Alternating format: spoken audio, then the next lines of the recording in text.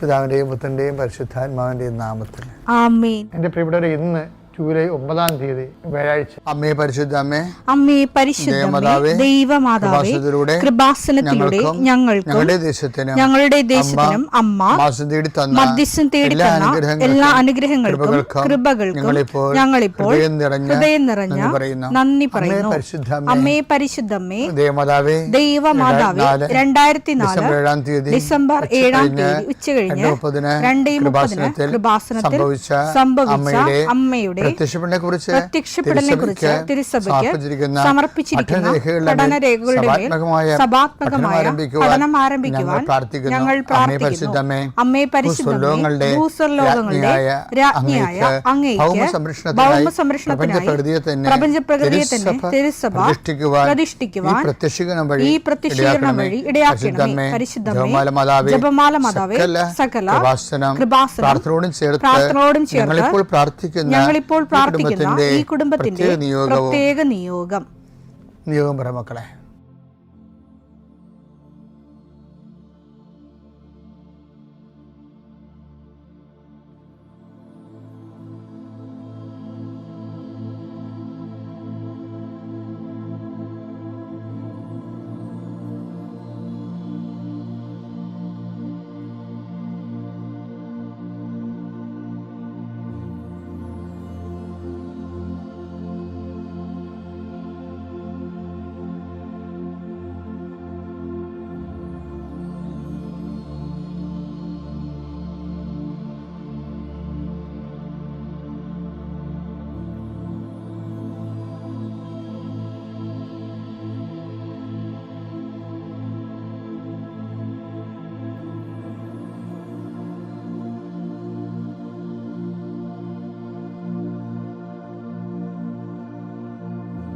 അമ്മയുടെ പ്രത്യക്ഷീകരണത്തിന്റെ ഈ അനുഗ്രഹവേളയിൽ ഞങ്ങൾക്ക് സാധിച്ചു തരുവാൻ കനിയണമേ.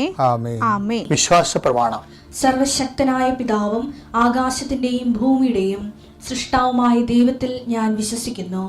അവിടുത്തെ ഏകപുത്രനും ഞങ്ങളുടെ കർത്താവുമായ ഈശോമിശിഹായിലും ഞാൻ വിശ്വസിക്കുന്നു. ഈ പുത്രൻ പരിശുദ്ധാത്മാവിനാൽ ഗർഭസ്ഥനായി കന്യകാമറിയത്തിൽ നിന്ന് പിറന്ന് പൊന്തിയോസ് പീലാത്തോസിന്റെ കാലത്ത് പീഡകൾ സഹിച്ച് കുരിശിൽ തറയ്ക്കപ്പെട്ട് മരിച്ച് അടക്കപ്പെട്ട് പാതാളങ്ങളിൽ ഇറങ്ങി മരിച്ചവരുടെ ഇടയിൽ നിന്ന് 3-ാം നാൾ ഉയർത്ത് സ്വർഗത്തിലേക്ക് എഴുന്നള്ളി സർവശക്തിയുള്ള പിതാവായ ദൈവത്തിന്റെ വലതുഭാഗത്തിരിക്കുന്നു. അവിടെ നിന്ന് ജീവിക്കുന്നവരെയും മരിച്ചവരെയും വിധിക്കുവാൻ വരുമെന്നും ഞാൻ വിശ്വസിക്കുന്നു. പരിശുദ്ധാത്മാവിലും ഞാൻ വിശ്വസിക്കുന്നു. വിശുദ്ധ കത്തോലിക്കാ സഭയിലും പുണ്യവാന്മാരുടെ ഐക്യത്തിലും പാപങ്ങളുടെ മോചനത്തിലും ശരീരത്തിന്റെ ഉയർപ്പിലും നിത്യമായ ജീവിതത്തിലും ഞാൻ വിശ്വസിക്കുന്നു. ആമേൻ. സുഖസ്ഥനായ ഞങ്ങളുടെ പിതാവേ, അങ്ങയുടെ നാമം പൂജിതമാകണമേ. അങ്ങയുടെ രാജ്യം വരണമേ. അങ്ങയുടെ തിരുമനസ് സ്വർഗത്തിലെ പോലെ ഭൂമിയിലും ആകണമേ. അന്നു വേണ്ടുന്ന ആഹാരം ഇന്ന് ഞങ്ങൾക്ക് തരണമേ. ഞങ്ങളോട് തെറ്റ് ചെയ്യുന്നവരോട് ഞങ്ങൾ ക്ഷമിക്കുന്നത് പോലെ ഞങ്ങളുടെ തെറ്റുകൾ ഞങ്ങളോടും ക്ഷമിക്കണമേ.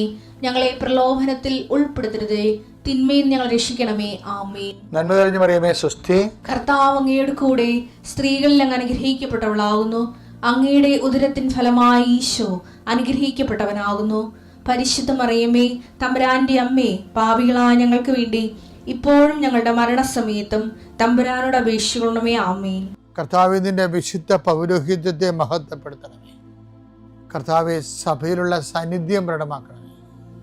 40 വർഷം ഞാൻ അർപ്പിച്ച കൃപാനയുടെ യോഗ്യതയാൽ കൃപാസന അൾത്താറെ ജീവനോടെ പ്രത്യക്ഷപ്പെട്ട പരിശുദ്ധ അമ്മയുടെ മാധ്യസ്ഥത്തിലെ ഞാൻ മക്കളെ ആശീർവദിക്കുന്നു. കർത്താവ്, വിദേശത്തൊക്കെ പോകാൻ വേണ്ടി ഒരുങ്ങുന്ന ആൾക്കാരുണ്ട്.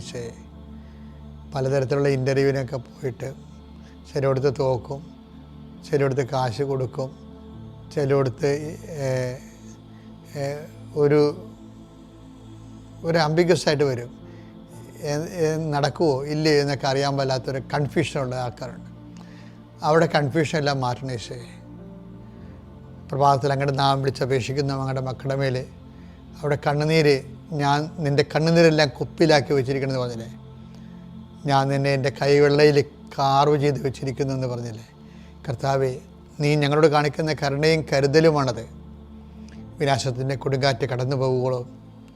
കർത്താവേ, നിൻ്റെ ചിറകുകളുടെ ഉള്ളിൽ ഞാൻ അഭയം പ്രാപിക്കുന്നു എന്ന സങ്കീർത്തനോട് ചേർന്നുകൊണ്ട് കഷ്ടകാലങ്ങളിലൂടെ കടന്നു പോകുന്ന മക്കളെ കൈവെള്ളയിൽ അങ്ങ് സൂക്ഷിക്കുന്നതോട് നന്ദി പറയുന്നു. ഇപ്പോൾ ഞങ്ങൾ കയ്യിലെടുത്തിരിക്കുന്ന രേഖകൾ ഞങ്ങൾ ജീവിതമാർഗം കണ്ടെത്തുന്ന ഓരോ തൊഴിലിടങ്ങൾ, ഞങ്ങളിപ്പോൾ എവിടെയാണ് നിൽക്കുന്നത്, എന്തിനു വേണ്ടിയാണ് നിൽക്കുന്നത്, ആ അനുഗ്രഹ സ്ഥലങ്ങളെ ഇപ്പോൾ നീ ആശീർവദിക്കണമെന്ന് പ്രാർത്ഥിക്കുന്നു. കർത്താവേ, ഞങ്ങൾ ഉപയോഗിക്കുന്ന ജീവിതമാർഗത്തിന് വേണ്ടി ഉപയോഗിക്കുന്ന തൊഴിലിടങ്ങളെ നീ ആശീർവദിക്കണം. അതിൻ്റെ രേഖകളെ, ചിലപ്പോൾ നമ്പർ കിട്ടാത്തവരുണ്ടാകാം, നമ്പർ അതിന് അപേക്ഷിക്കുന്നവരുണ്ടാകാം. ഏതെല്ലാം തരത്തിൽ ഏതെല്ലാം രേഖകളാണ് വേണ്ടത്, ആ രേഖകൾക്കെല്ലാം നിലവിലുള്ള ദോഷങ്ങളെ, തടസ്സങ്ങളെ, കിട്ടാനുള്ള തടസ്സങ്ങളെ കർത്താവിൻ്റെ നാമത്തിൽ ബന്ധിക്കുന്നു. എൻ്റെ കർത്താവിൻ്റെ ഉന്നതമായ നാമത്തിൽ നിൻ്റെ വാഹനങ്ങളെ ഞാൻ ആശീർവദിക്കുന്നു. നീ ഉപയോഗിക്കുന്ന നീ പോകുന്ന വഴികളെ ഞാൻ ആശീർവദിക്കുന്നു. നിൻ്റെ വാഹനത്തിൻ്റെ, നീ ഹയർ ചെയ്ത വാഹനമായാലും, വാടകയ്ക്കെടുത്ത വാഹനമായാലും, ടാക്സി എടുത്ത വാഹനമായാലും, ഗവൺമെൻറ് വാഹനങ്ങളായാലും, അതെല്ലാം നീ സഞ്ചരിക്കുമ്പോൾ കർത്താവിൻ്റെ നാമത്തിൽ സംരക്ഷിക്കപ്പെടട്ടെ. ആ വാഹനത്തിന് കുറുകയും നെടുകയും പോകുന്ന മറ്റു വാഹനങ്ങളും തട്ടിപ്പിടി അപകടം ഉണ്ടാകാതിരിക്കാൻ അവൻ നിന്നെ തൻ്റെ തൂവലുകൾക്കുള്ളിൽ മറച്ചുകൊള്ളുമെന്ന് പറഞ്ഞ നിൻ്റെ പാദങ്ങൾ കല്ലിൽ തട്ടാതിരിക്കാൻ ദൂതന് കൽപ്പിക്കുന്നതാണ് ചെയ്ത സംരക്ഷണത്തിൻ്റെ ദൈവം കർത്താവ് നിന്നെ അനുഗ്രഹിക്കുകയും ആശ്വസിപ്പിക്കുകയും സംരക്ഷിക്കുകയും ചെയ്യട്ടെ. എൻ്റെ പ്രിയപ്പെട്ടവരെ, നമ്മൾക്ക് എന്തെങ്കിലും ഒരു ദുരന്തം ഉണ്ടാകാൻ പോകണമെങ്കിൽ പരിശുദ്ധാത്മാവ് നമ്മുടെ കൂടെ ഉണ്ടെങ്കിൽ നമുക്കൊരു നോട്ട് തരും. എനിക്ക് തോന്നുന്നത് ദൈവമായിട്ട് അത്ര കണ്ട് ബന്ധമില്ലാത്തവർക്കും പരിശുദ്ധാത്മാവ് നോട്ട് കൊടുക്കുന്നുണ്ട്. കാര്യം എന്താണ്, ഇവന് എന്തെങ്കിലും ഇപ്പം ദൈവം ഇല്ലാതെ നടക്കണമെങ്കിലും ഇവന് എന്തെങ്കിലും സംഭവിച്ചു കഴിഞ്ഞാൽ മോങ്ങി ഇവൻ എൻ്റെ അടുത്ത് വരുമെന്ന് പറഞ്ഞുകൊണ്ട് ദൈവത്തിന് അറിയാവുന്നതുകൊണ്ട് ദൈവം നമുക്ക് ഇങ്ങോട്ട് തരുന്നുണ്ട്. പക്ഷേ ദൈവാനുഗ്രഹം കൊണ്ട് നമ്മളത് മനസ്സിലാക്കണില്ല. എന്താ കാര്യം, നമ്മൾക്ക് അത് ദൈവത്തിൻ്റെ തോന്നിയതായിരിക്കും. അങ്ങനെ തോന്നിയതായിരിക്കുമെന്ന് പറയേണ്ട സംഭവമില്ല മക്കളെ. ഡിസൺമെൻ്റ് ഓഫ് ദി സ്പിരിറ്റ്, ആത്മാവിൻ്റെ വിവേചനം എന്ന് പറഞ്ഞാൽ എന്താണെന്നറിയാമോ? ഇപ്പം ഞങ്ങളൊക്കെ, നിങ്ങൾ ഓരോ സ്ഥലത്ത് ഇരുന്ന് പറയത്തില്ലേ, ഇന്ന ആൾ ഇന്ന വിഷയത്തിന് ഇപ്പോൾ ദുഃഖിക്കുന്നുണ്ട്, ഈ പ്രാർത്ഥനയിൽ അയാൾ സുഖപ്പെടും, അയാളുടെ രോഗം ഇന്നതാണെന്നൊക്കെ പറഞ്ഞാൽ എന്താണ്? അത് പ്രസംഗിച്ചുകൊണ്ട് നിൽക്കുന്ന സമയത്ത് തന്നെ കർത്താവ് ഒന്നും സിനിമ പോലെ കാണിച്ചിട്ട് പറഞ്ഞതല്ല, ആന്തരികമായ സൂചനകളാണ്.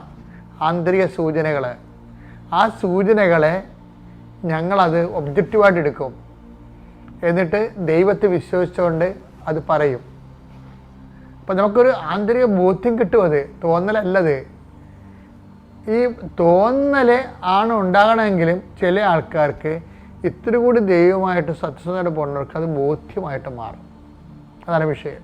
പരിശുദ്ധാത്മാവിൻ്റെ ഈ വോൾട്ടേജ്, ഡിമിനിഷിങ് വോൾട്ടേജ് ഉണ്ട്, ഫുൾ വോൾട്ടേജ് ഉണ്ട്. അപ്പോൾ ഈ ആത്മാവിനെ നിർവീര്യമാക്കരുതെന്ന് പറയത്തില്ല. 1 തെസ്സലോനിക്ക 5:19. 1 തെസ്സലോനിക്ക 5:19. ആത്മാവിനെ നിങ്ങൾ നിർവീര്യമാക്കരുത്. എനിക്ക് ഏറെ ഇഷ്ടപ്പെട്ട വചനം അത്. ആത്മാവിനെ നിങ്ങൾ നിർവീര്യമാക്കരുത് എന്ന് വെച്ച് കഴിഞ്ഞാൽ ആത്മാവിന് പല ഗ്രേഡ് ഓഫ് പവറുണ്ട്, പവർ സ്റ്റേജ് ഉണ്ട്. ഇപ്പം നിർവീര്യം എന്ന് പറഞ്ഞു കഴിഞ്ഞാൽ പവർ കുറഞ്ഞ് ഇനാക്റ്റീവായിട്ട് വരും. നമ്മളിൽ ലോകാരൂപിയോ ദുഷ്ടാരൂപിയോ കൂടുന്നതനുസരിച്ചുകൊണ്ട് നമ്മളിലുള്ള പരിശുദ്ധാത്മ ഡിമിനിഷ് ചെയ്ത് വരും. അപ്പോൾ നമുക്കൊരു 30-35% വോൾട്ടേജേ ഉള്ളൂ പരിശുദ്ധാത്മാവിൻ്റെ ഉള്ളെങ്കിൽ നമുക്ക് വരാവുന്ന പ്രശ്നം ഇതുപോലെ തോന്നലേ വരത്തുള്ളൂ. അപ്പോൾ ഇത് നമ്മൾ ഓർക്കും, എനിക്ക് തോന്നിയായിരിക്കും, അത് അങ്ങനെയൊന്നും അല്ലേ, അങ്ങനെയൊക്കെ സംഭവിക്കാൻ പോണ. അപ്പോൾ അതൊക്കെ സംഭവിക്കാൻ പോകണമെന്ന് പറഞ്ഞ് ഇപ്പം അങ്ങനെ ചെയ്യാൻ പറ്റുക. അപ്പോൾ എന്ന് പറഞ്ഞ് നമ്മളത് ആ ഒരു തള്ളിക്കളയും. അപ്പം അത് എപ്പോഴും ഇങ്ങനെയുള്ള സമയത്ത് നിങ്ങൾ ഓർത്തേക്കണം, ദൈവത്തിൽ നിന്ന് വിഷയബന്ധിയായിട്ട് ഒരിക്കലും ദൈവമായിട്ട് നിങ്ങൾ ഒരു റിലേഷൻ സാധ്യമല്ല. വ്യക്തിബന്ധിയായിട്ട് പോകാൻ പ്രത്യേകം ശ്രദ്ധിക്കണം. പിതാവിൻ്റെയും പുത്രൻ്റെയും പരിശുദ്ധാത്മാവിൻ്റെ നാമത്തിൽ.